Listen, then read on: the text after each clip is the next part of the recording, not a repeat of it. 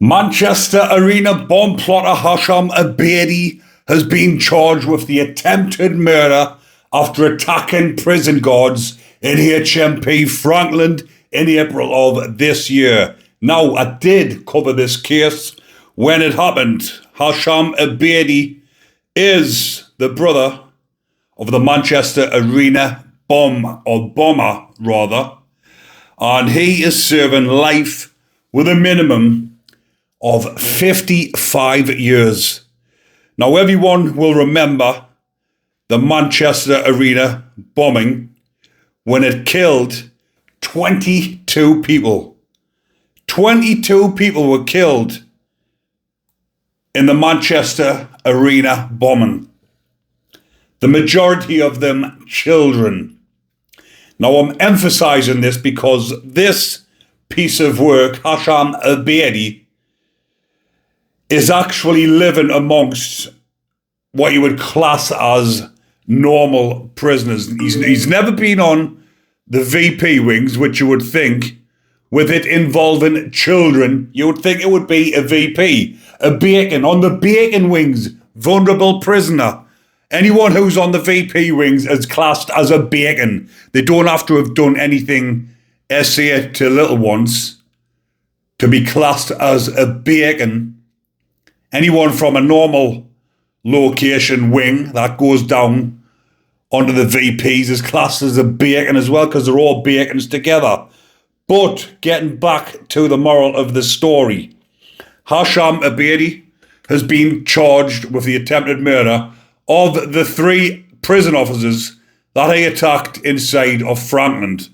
And when I'd done a story on this previously, I was talking about the separation centre that he has been put on. And again, I'm emphasising these different words. Separation centre, believe it or not.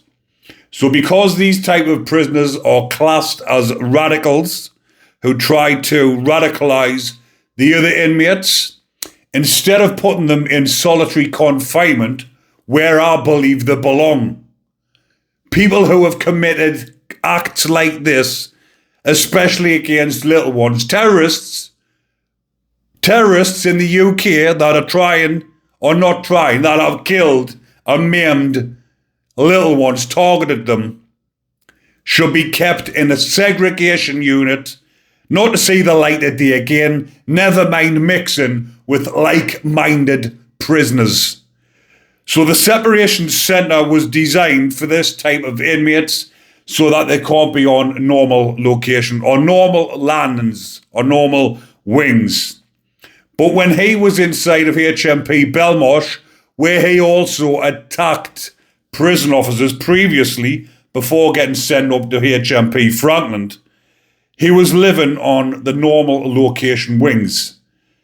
And like I've said, he should have been on a VP wing, a vulnerable prisoner. He should have been cast aside and despised by the other prisoners.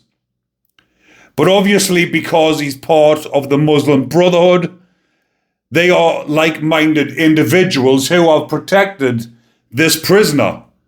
Now, I'm not going to come on here and sugarcoat it and talk and say like different things. I'm telling you the straight facts. He is on there. He has been on normal location wings for the simple fact that he is Muslim and he will be protected of the Muslim Brotherhood. If this was a white prisoner, a white national, shall we say, who had done this atrocity to little ones, do you think for one moment that person would be living on normal location landings? I think not. So this despicable piece of work, which I will call him,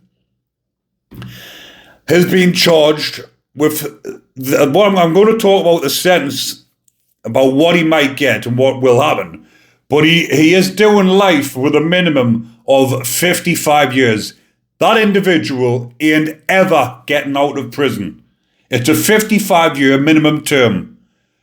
He will be doing things throughout his sentence because he knows there's no hope for him of ever being released.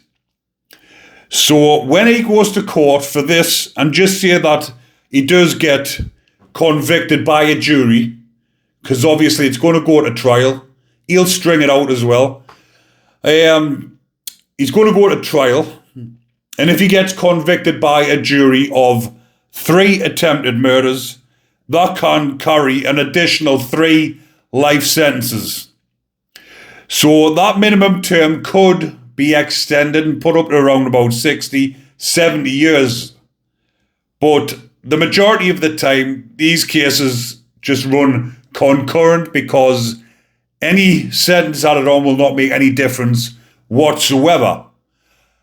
If it had have been murders, then yes, he can be given a whole life order, which is life without parole, which I do not think will happen in this case, because it does have to be another murder that's being carried out inside of prison. So any time added on to him, it'll not bother him. The only thing that'll bother him is obviously being in the segregation units. But again, for committing these type of acts whilst inside a prison, I don't think he's bothered either way.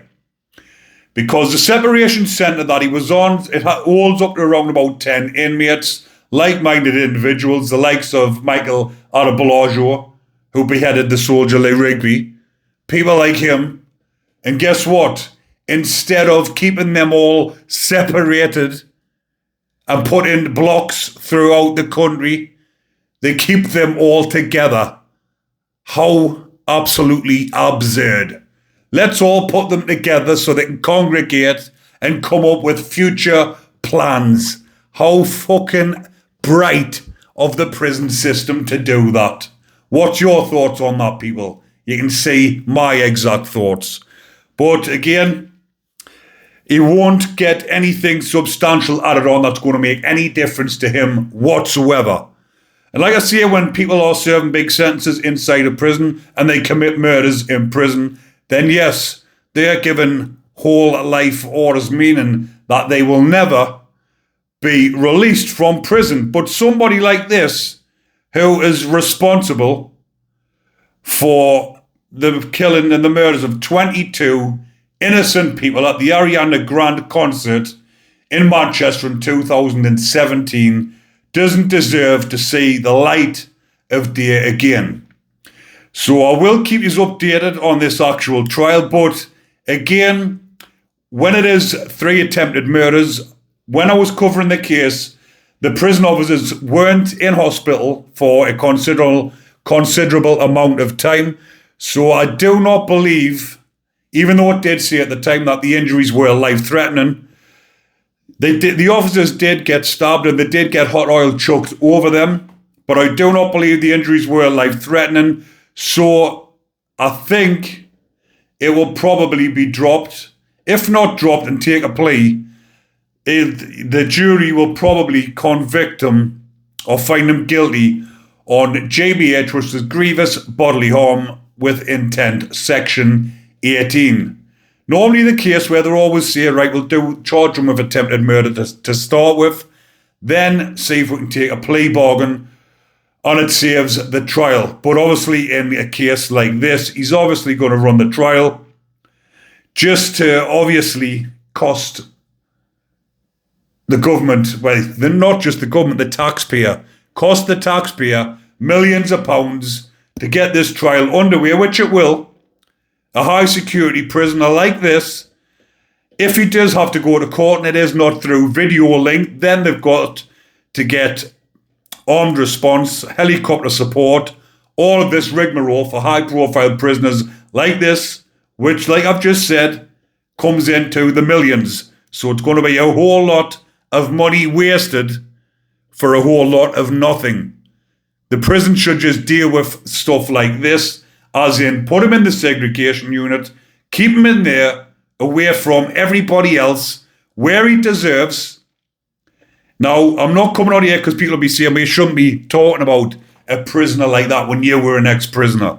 Yes, if you're a normal location lad, you get into a bit of bother and you get put down the block and you're down there for an unjust period. I don't agree with that. But this isn't any ordinary prisoner off an ordinary wing. This is a high-profile, radicalized extremist who deserves to be rotten in a hole.